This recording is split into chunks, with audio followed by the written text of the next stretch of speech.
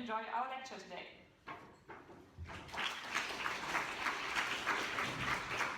You may have noticed that during the American election, people have proposed IBM Watson for president. So, what to think about it? Well, there's no question, the problems of the world are complex. We have financial, economic, and spending crisis.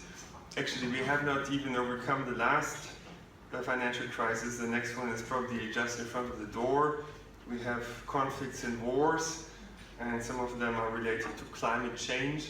And climate change may actually eliminate about 1/6 of all species, and it's not so clear what will happen to humans, actually. So, how to go about these problems? Would big data fix the world? Well, in fact, within just 1 minute, we produce about 700,000 Google queries, about 500,000 Facebook posts. Then we go shopping, we move, all of that leaves digital traces and accumulates big data. And we can do a lot of things with this big data. We can try to understand epidemic spreading, we can try to understand global knowledge production and consumption, or measure the spreading of ideas, like concepts in physics, and many other things. We can even map cultural spreading over thousands of years based on birth death data. And that is quite fascinating. So the question is, what else could we do? If we just accumulated more and more data, could we know everything? Could we see what happens in the world in real time? Could we build something like a crystal ball? And maybe even predict what will happen in the future? And with all that data, with so much information, enable a biased king? Could we optimize the world? So this is the kind of question that tech visionaries, tech gurus are thinking about. And in fact, there was recently this proposal, IBM Watson should be running for president. And IBM is not the only company working on this. Google also wants to reprogram the state. In fact, some people believe that they want to govern the entire world. Or even, they're more ambitious than that. Does Google want to be God? Well, this is actually a serious question. Of course, what they're trying to do is trying to be omnipresent with the Google Loon project. They're trying to know everything, as we know, and also they're trying to become omnipotent.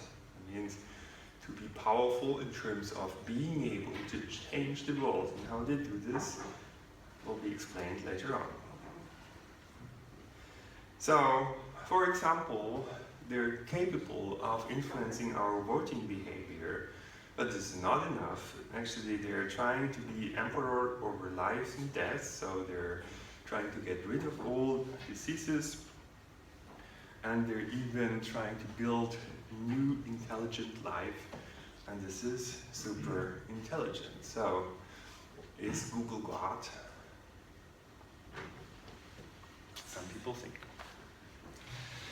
Well, it turns out, though, that this magic formula that makes us believe that more data means more knowledge, and more knowledge means more power, and more power means more success, this very formula doesn't work.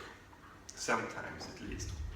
So we've seen recently that Google had to warn of their own self-driving cars, and also this success story of big data analytics called Google Flu Trends turns out to be not as accurate as expected. Actually, it's not working so well anymore. And the company 23andMe has produced this genetic test that would basically predict with what probability you would get what kind of diseases. And it turns out that the health authority has actually withdrawn that product. And they don't do such a thing very often. They were not convinced that this was a serious product. And now, if Google or IBM or whoever really were able to turn this planet into a paradise. Now, why don't they start and demonstrate this with a single city, such as San Francisco? So, if you actually look into this top 10 of the most livable cities in the world, it turns out that all those big IT nations are not among those, like the USA, China, Singapore, South Korea. And that has reasons, because really creating a high quality of life requires to take care of many different people, many different interests, and create opportunities for many. Now, there are a number of problems that are hard to see, but are important to consider. More data does not necessarily mean more knowledge. So, in fact, the more data we have, the more patterns will be seen. And if you look into the sky, then you believe to see certain patterns. The question is just, what does it mean? Does it mean anything? Or take this correlation over here, it's just number of serial killers as a function of chocolate consumption. If that was a causal relationship, then it would be very dangerous to live in Switzerland. All the people who eat a lot of chocolate have to be put in prison just for security reasons. There's also this typical task that you want to separate good from bad risk. Say you're a health insurance, or you're a bank, or you're actually a secret service who wants to find out who are the terrorists and who are the good people. It turns out, however, that usually there is not a clear separation. So these point clouds are overlapping, and in fact for every terrorist there are about 1,000 innocent people who are on suspect lists, right? Maybe some of you. Now there's also a reason why this wise king would often fail to take wise decisions. In fact, we have an exponentially increasing processing power. Processing power doubles every 18 months approximately. That's Moore's law, right? But data volume doubles about every 12 months. And that means every year we're producing as much data as in all the years before. That means in the entire history of humankind. It's really hard to imagine what that means. But in any case, this is overtaking our processing capacity. And in fact, the percentage of data that we could ever process is reducing over time. So there's something like dark data that we can never process.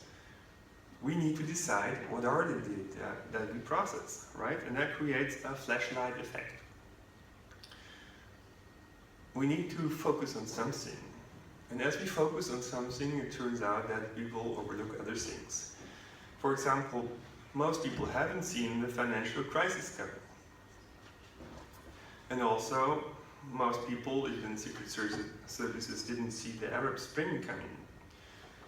Same thing with the crisis in Ukraine, the spreading of Ebola, and many other examples demonstrate that even though the data is there, we didn't notice it because we paid attention to other things. Now, more knowledge, moreover, does not necessarily mean more power. In fact, some companies know quite a lot about you. For example, Recorded Future claims that they can predict your behavior to 90% or even more. But then also we know that one day you may meet a person and fall in love, and that will change your entire life.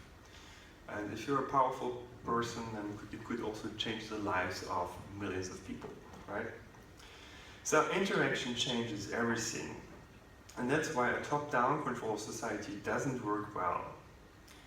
In fact, while we can control a single car, when many cars interact, strange things happen, such as these phantom traffic jams that occur, although nobody wants this to happen, right?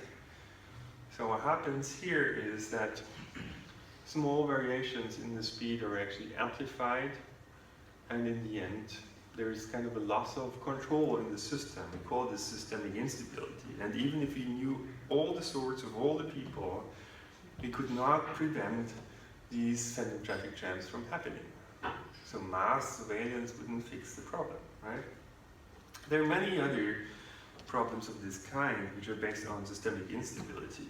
Tragedies of the commons, for example, like overfishing, exploitation of resources, and all these kind of things. So here, cooperation would be beneficial for everyone, but it turns out that actually cooperation is unstable, as this free traffic flow turned out to be unstable.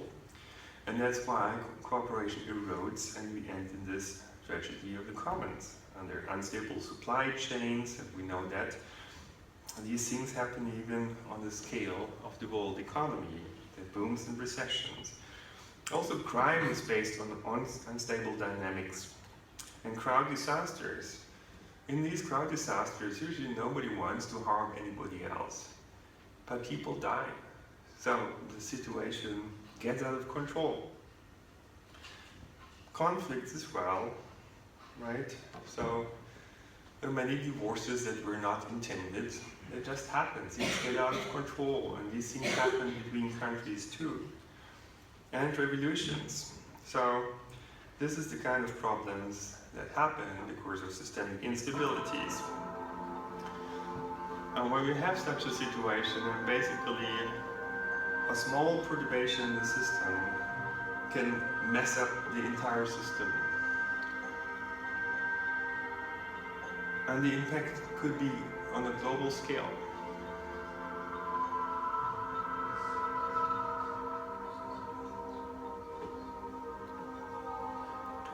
Now, while this is a very nice experiment for a rainy weekend, these kind of things actually happen in reality. For example, after the bankruptcy of Lehman Brothers, hundreds of banks went bankrupt too, and that cost us hundreds of billions of dollars, right? So, cascading effects are in many places. And for that reason, more power does not necessarily mean more success, as we've seen, for example, in the aftermath of September 11. The United States are surely the most powerful country in the world, but still, the wars in Afghanistan and Iraq didn't end as expected. Rather, what happened is tension spread in the entire region, and now we have terrible problems in Syria, in other countries, and there are terror threats all over the world, and a massive refugee crisis. This is also a cascading effect that extended over many years, in fact. So, how to go about it? Would superintelligence fix the world? As I said before, there's Moore's law, and so processing power is increasing exponentially. And as Ray Kurzweil and others believe, it's just a matter of time until computers would overtake humans. Already there are better chess players, and you read today probably that Google was able to beat the best Go player. So the question is, what is left for humans? Robots are better workers in many places. They're perhaps better drivers, better doctors, better in answering questions. You know, they could overlook much more material than we could ever read in our lifetimes. Isn't that unfair? Anyway, so what I'm claiming is that after the automation of production and after the invention of self-driving cars, the automation of society is next. So this is my new book. And the question is, could society be run like a giant machine? Well, if we wanted to try this, then we would need to know what are all those different pieces. How do they interact with each other? How can we manipulate them and influence them and control them? And in fact, people have been working on this, right? Chile was the first country to build a cybernetic society. They had companies report their production numbers, and then they decided what kind of products had to be produced more, which ones less. And that worked pretty well, given the level of technology that they had at that time. Of course, what they couldn't do at that time is really handle human factors. Humans were kind of the unpredictable variable in the system or the disturbance. But in the meantime, people have been trying to figure out how could we control behavior of humans. And while this Chilean system was ended by the CIA and Salvador Allende committed suicide on September 11, 1973, eventually the cybernetic society concept went over to Singapore and from there to other countries. And the question is, what's happening? So basically, they would use machine learning algorithms such as deep learning and apply it to all those data that have been collected about us. But every one of you, everything that you do, somebody records it, and then you run this machine learning on that data to find out what are you doing, why are you doing it, and how can you be manipulated. And how to manipulate your behavior? Well, basically with personalized information. What comes up first at Google? What does Facebook display to you? What do recommender system recommend to you? Be it hotels, flights, or hookup meetings at Tinder, you know, all of that is basically personalized information. And your attention is controlled in this way, and therefore also your decision making is influenced and also your behavior. And if you look at these kind of pictures, then it really looks like people are already remotely controlled to some extent, right? So is this the future of humans? Would there be companies or governments that control us by guiding our attention? Well, what kind of science is behind this? This science is called behaviorism and goes back to Skinner. Skinner built these Skinner boxes and put mice, rats, pigeons, dogs, and so on in his cages, and then provided rewards for punishment, rewards such as food, punishment such as electrical shocks, to make these animals do certain kind of things. It's called conditioning behavior. And it turns out this is being done with us too. Companies like Google do millions of automated experiments with people every single day to find out how to make you click certain kind of things. And so basically our Skinner box is this filter bubble, is that personal information that this is what controls what you see about the world. And apparently you can make billions with it, so apparently this is working quite well.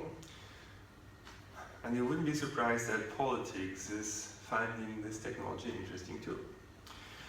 So there it's called nudging, or liberal paternalism. And it can be used to change people's opinions, public opinion, about refugees, for example. And it can be used to change the outcome of elections. And who knows what else it's being used for.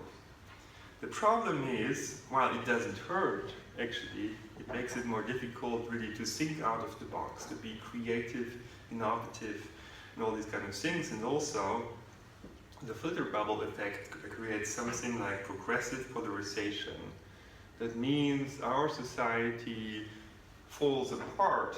And this is actually what we see. There is increasing polarization throughout many societies. Now, I said, so far that doesn't hurt, right? Providing you with some information, you would say, okay, why should I care? Maybe. The question, would we be punished? And the answer is, yes, sooner or later we would be punished, because it turns out that this big nudging is actually not working so well. So the idea is to use it to make you behave more healthy, environmental friendly, and all these kind of things, but it's not effective enough. So people are thinking about more effective mechanisms, and one of these mechanisms is personalized pricing. Or this citizen score that has been introduced in China, and basically everything that Chinese citizens do will get plus or minus points. What they buy, whether they pay back their loans on time, what kind of news they click, whether this is news that the political leaders would like or not, what your friends do, and all of that earns you plus or minus points, and it determines basically what kind of jobs you can get, and also whether you can travel to certain countries or not. This can be pretty efficient, I guess, to control people's behavior, and we have similar approaches over here too. For example, airport security systems also have such a scoring system, and many insurance companies now introduce it too. So, what is it that you need to take care of? What gives you minus points on an airport? If you moan, if you laugh, if you comb your hair, all of that is suspicious, because it's non-average behavior. Anything that is not average is suspicious. And of course, that doesn't work very well, but still, it's being used. And that brings us basically to predictive policing. And in fact, even prison sentences seem to become now dependent on projections of future behavior. That means things you haven't even done influence your chances in future. And not only what you're doing, what you've done in the past would determine your future more than it happened earlier, but also your neighbors' behaviors would influence your chances. So if you know the wrong people or live in the wrong place, bad luck. Now, you probably assume that I'm not a big fan of nudging the citizen scores, and this is true. And it has a reason, because it cannot do many things, right? Anything that has to do with interactions, such as family, friends, solidarity, culture, social capital, security, peace, financial stability, innovation, jobs for all. You cannot create this in that way. So it's not a recipe that would solve all the problems in the world. And in fact, this artificial intelligence approaches are even creating new kinds of problems, right? So the digital revolution is on its way, and artificial intelligence becomes ever more powerful. And we have robots that are becoming more capable and sophisticated. This one can play table tennis probably better than I can do. But also robots can learn. They could produce other robots, they could produce smarter robots, so they can multiply and evolve, and they do that on a much faster time scale than humans do. So, what is your future? Does it mean the end of work? Well, if we look into statistics, then already about 50% of young people are unemployed in Greece and in Spain, and in fact it's expected that about 50% of today's jobs will be gone in about 10, 15, 20 years. And the question is, what will be the new jobs? Will there be enough new jobs? And this situation could actually threaten social peace. In fact, there are just a few countries which still offer opportunities for young people. So if you look at this picture, this pretty much looks like a collapse is impending, a collapse of our economic system. This is not just bad for employees, by the way, it's also bad for companies, because within 10 years' time, about 40% of today's top 500 companies will be gone. That's what the statistic says. And now Günther Oettinger is saying we are in a digital struggle for survival. He believes that by 2020, will be decided who survives and who doesn't. And I guess he's not just talking about companies, but also about entire countries. So we are in a difficult situation. We've seen this also in history before. We've seen a transition from the agricultural society to the industrial society with the invention of the steam engine. And from the industrial society to the service society, what's happening now is we see another transition from the service society to the digital society. Now, if you open up a history book, then you notice that these transitions come typically with financial and economic crisis, right? Which has happened already. And unfortunately, they also come often with revolutions and wars. That's something that we wouldn't like to see. So if you want to avoid this, then we need to be much smarter than we've been in history. This will be a big challenge, but also, as I'll show, it will be a big opportunity too. But at the moment, we have to assume that we'll see a loss of control.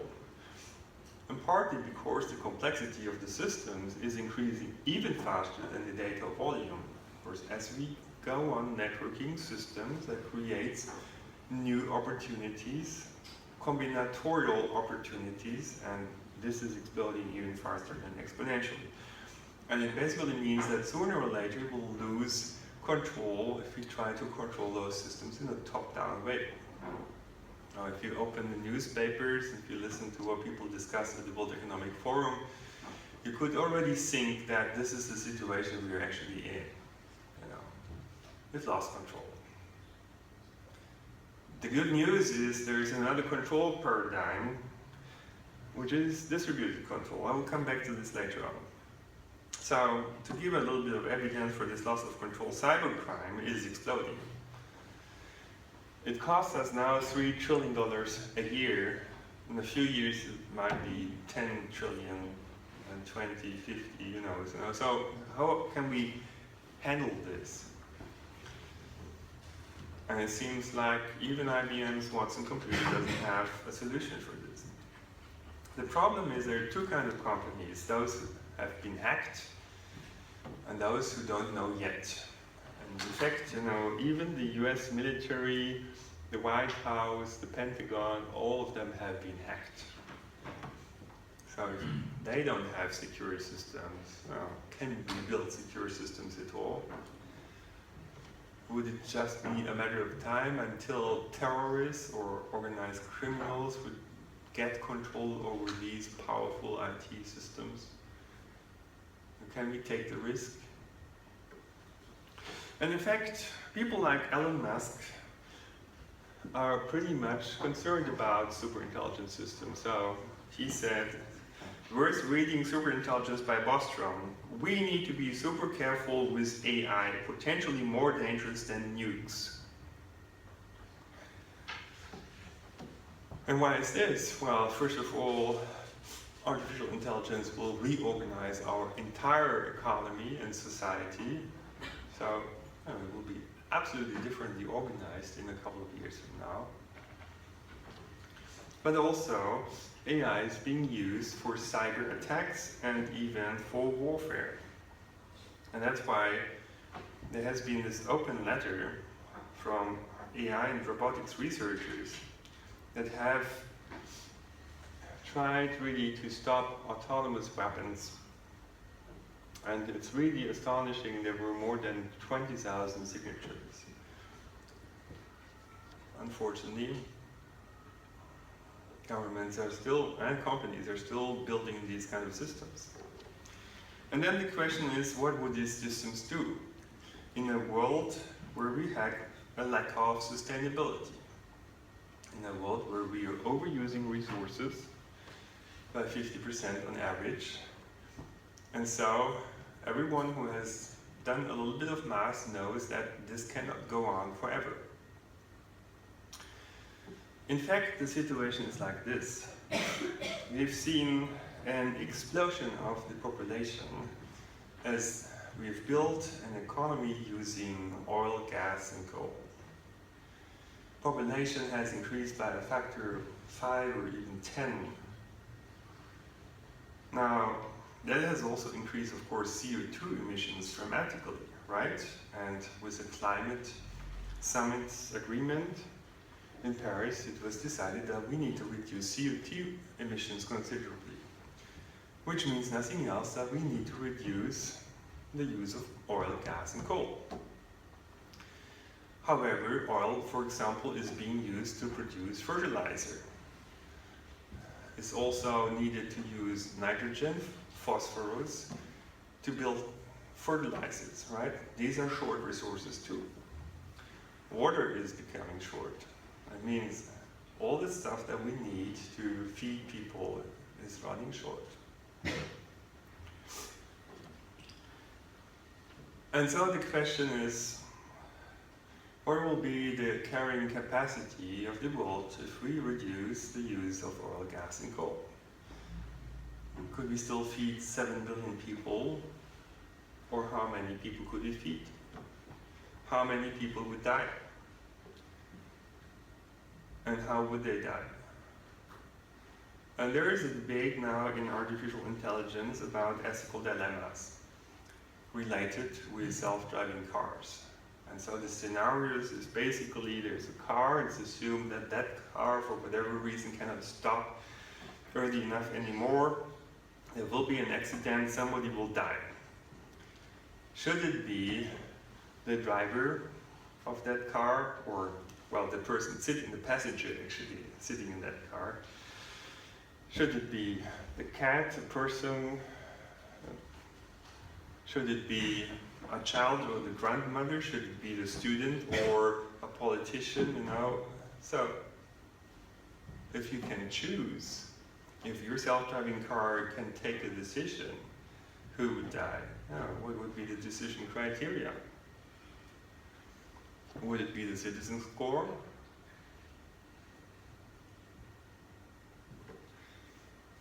And maybe even rolling dice might be more acceptable than this. Because in front of God and the law, everyone is equal. Now the other point over here is, if nobody is on the safe side, including all the elites, then everyone will make a much higher effort actually to avoid such a scenario where people would die, right? So we would be much more innovative. And actually this is exactly what we need to do. We need to reinvent our economy. We need to invent a low-carbon economy. I'm not sure how many people have worked on this, but this is what we need to do, because this is about a matter of life and death. So our society is at a crossroads. It's pretty clear that with all the data that we have today, we can reinvent societies, different kinds of societies. There could be fascism 2.0, a Big Brother or a Brave New World society. People could build communism 2.0, one might call it Big Mother, or a benevolent dictator society, or there could be a feudalism 2.0 based on monopolies. And all these things are happening. Our societies are being transformed behind our backs, and we haven't noticed that, but it's happening. And we need to make up our mind. If we think there is a kind of society we don't want to have, then we need to say that. If there's a kind of society that we want to have, we need to say that too. And we need to build it. One thing needs to be clear, that there is nothing like a benevolent dictator, right? This idea is entirely wrong. And why? Because there is no scientific method to determine the goal function that we should optimize. Should it be GDP per capita or sustainability? Should it be power or peace? Should it be life expectancy or happiness or whatever? Nobody can tell you, and also the government can't tell you. And for that very reason, modern complex societies are pluralistic societies. Of course, everyone is trying to find the goal function that works best for himself or herself.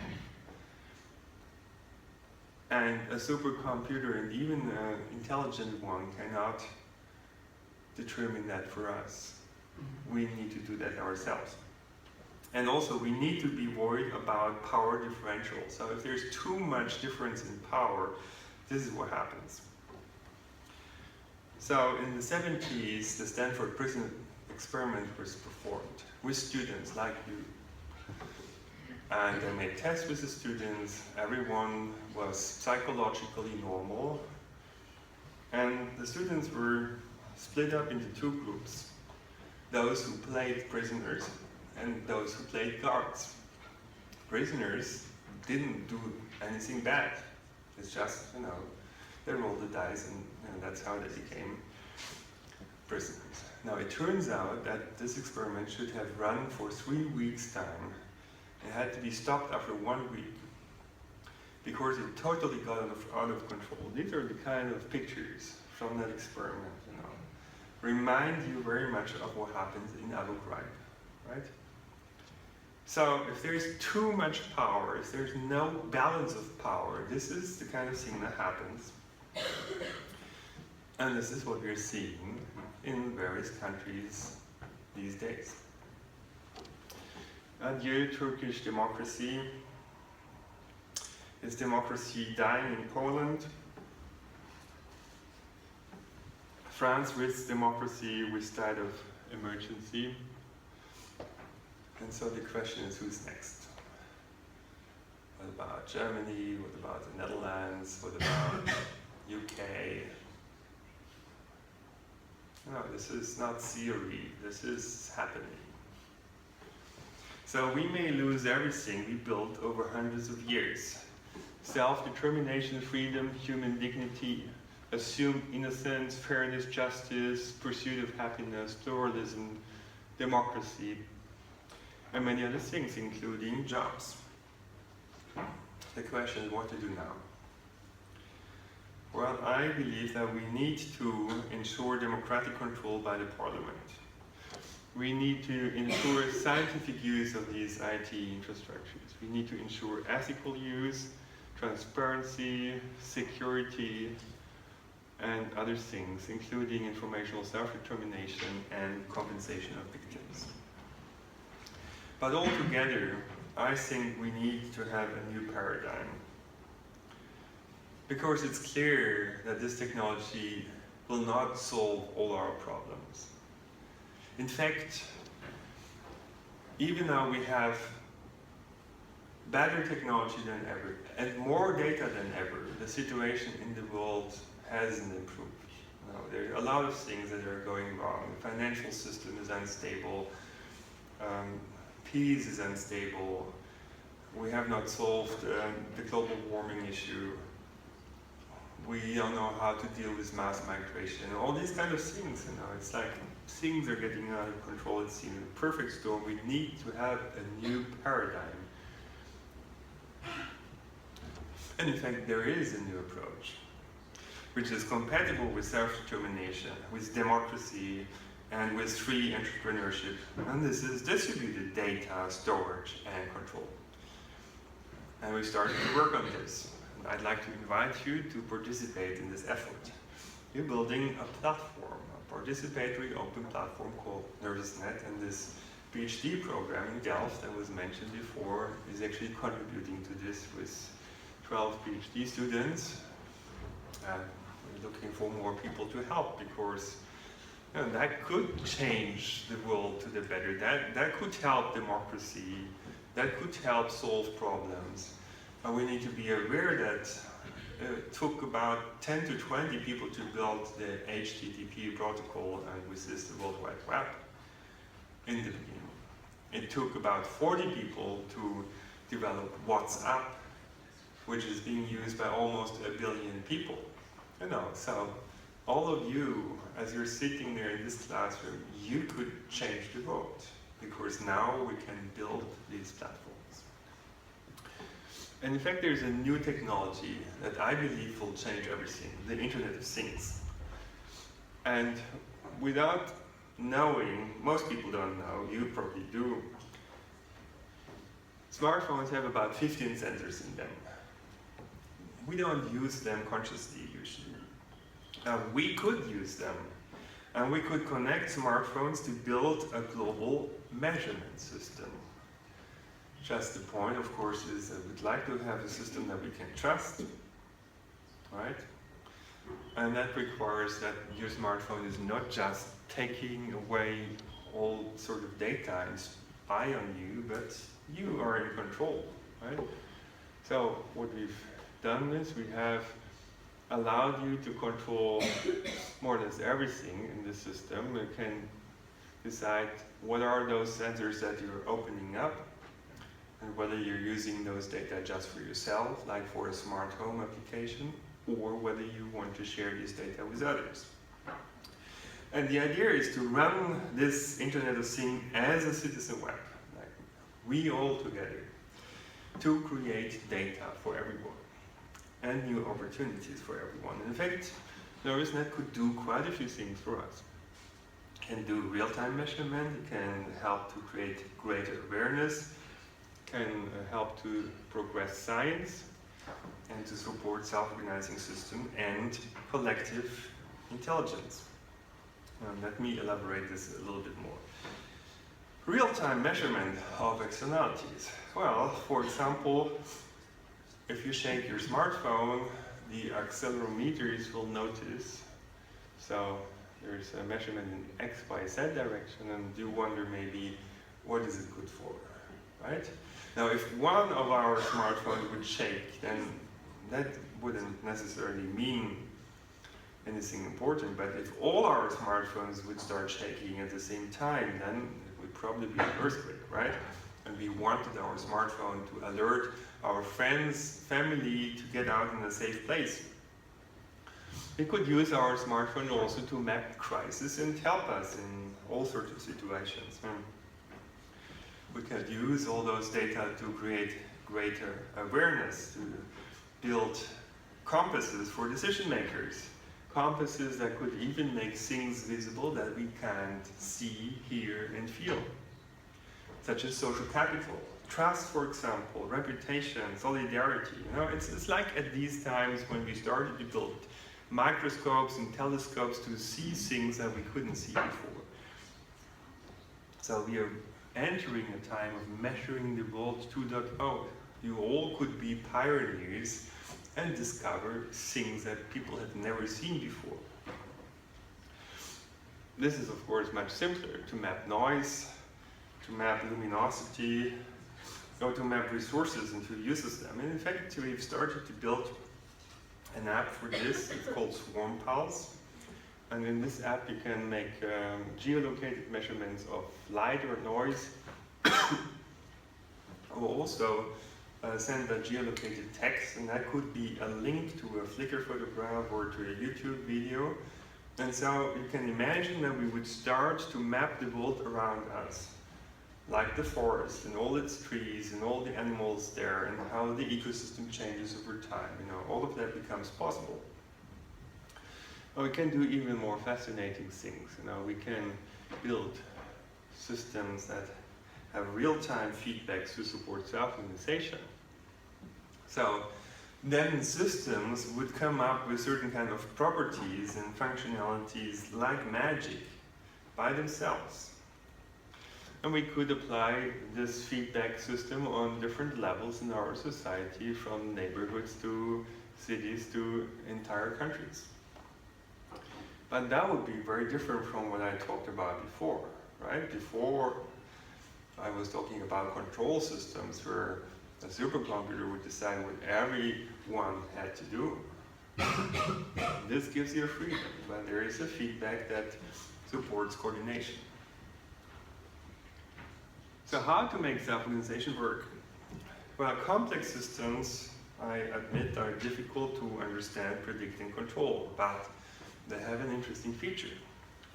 They tend to self-organize emergent structures, properties, and functions. And these depend on the kind of interactions in the system. So if we change the interaction, we can change the outcome. That means the structures, the properties and functions that result automatically by self-initiation, as if there was an invisible hand that does the magic. So the only question is, what kind of interactions do we need? And we could figure that out with computer simulations, or also with interactive virtual worlds, even with gaming worlds. Then the only question is, how would we change the interactions so we get the interactions that we need? And for this, actually, we need real-time data, nervousness would measure them, and we need to create real-time feedback. And that would require a multi-dimensional incentive and exchange system. I will come back to this later on. And it turns out, with this, we can actually overcome those annoying stop-and-go waves that we've seen in the video before. So at the moment, I'm showing you that we can understand and simulate these phenomena, and then we'll actually elevate ourselves beyond this car in order to see what is the reason for this terrible traffic jam. And it turns out that there is an on-ramp, and a few cars try to get on the freeway, and that produces small perturbations in the flow. And these perturbations are amplified, and then eventually this creates the stop-and-go traffic. Now, assume we would equip about, say, 30% of those cars with adaptive cruise control systems. And we can build them in such a way that they would actually stabilize the traffic flow and increase the capacity of the traffic. So what you can see over here, we can get rid of the traffic jam by supporting the coordination among vehicles, by changing the interactions, right? It doesn't require a traffic control center, it just requires different kind of interaction. That's a decentralized system. And we've done a similar thing for urban traffic flow, where we have decided that the traffic flows should control the traffic lights rather than the other way around as we do it today. And it turns out that creates much more flexible traffic light controls and much shorter waiting times for all the participants in the traffic system. And it creates benefits for the environment too. And in fact, decentralized approaches also spread in energy systems, keyword is smart grids, and also they spread in industry, Industry 4.0, where basically you can imagine that now the products are talking to the machines and telling them what to do with them, but they could also talk to other products and tell them, oh, I'm in a hurry, please let me overtake. So all these kind of things are becoming possible. And another thing is becoming more and more important, which is collective intelligence, right? Because the world is so complex that nobody, and also not a supercomputer, can understand the entire world. So we need to learn how to bring our knowledge and our ideas together. And maybe also that of artificial intelligence systems that could be part of the network, right? Now the interesting thing about collective intelligence is that no single solution is the best solution. Say, if you take the second best, the third best, and the fourth best solution and average over those, it turns out to be better than the best single solution. This is just incredible. This is amazing, right? You wouldn't expect such a thing. So diversity wins and not the best. And for this reason, we need to build online deliberation platforms that allow us to bring our knowledge and ideas together and build digital democracy. Right? So the approach is not to have this one supercomputer that tells everyone what to do, but we should rather have digital assistants that support us in our decision making.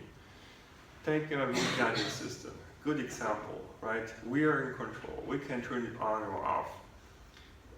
We choose the goal. We say we want to go to Delft, for example. And then this thing offers us a couple of different options. So for example, I could minimize fuel consumption or greenhouse gases or distance or travel time, right?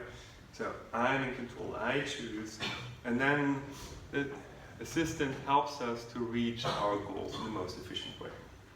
And we could build such kind of systems also to support us in our social interactions. Reputation systems, for example, increase responsible behavior and quality, and we could build all sorts of technologies to improve situational awareness and also help us to interact with other people, in particular with different cultural backgrounds, and so on. So take, for example, real-time translation, right? You download an app, you talk into your smartphone in one language, and it translates what you're saying into another language in real time. Wonderful thing to overcome cultural barriers. And we would build these assistants to overcome other cultural barriers too.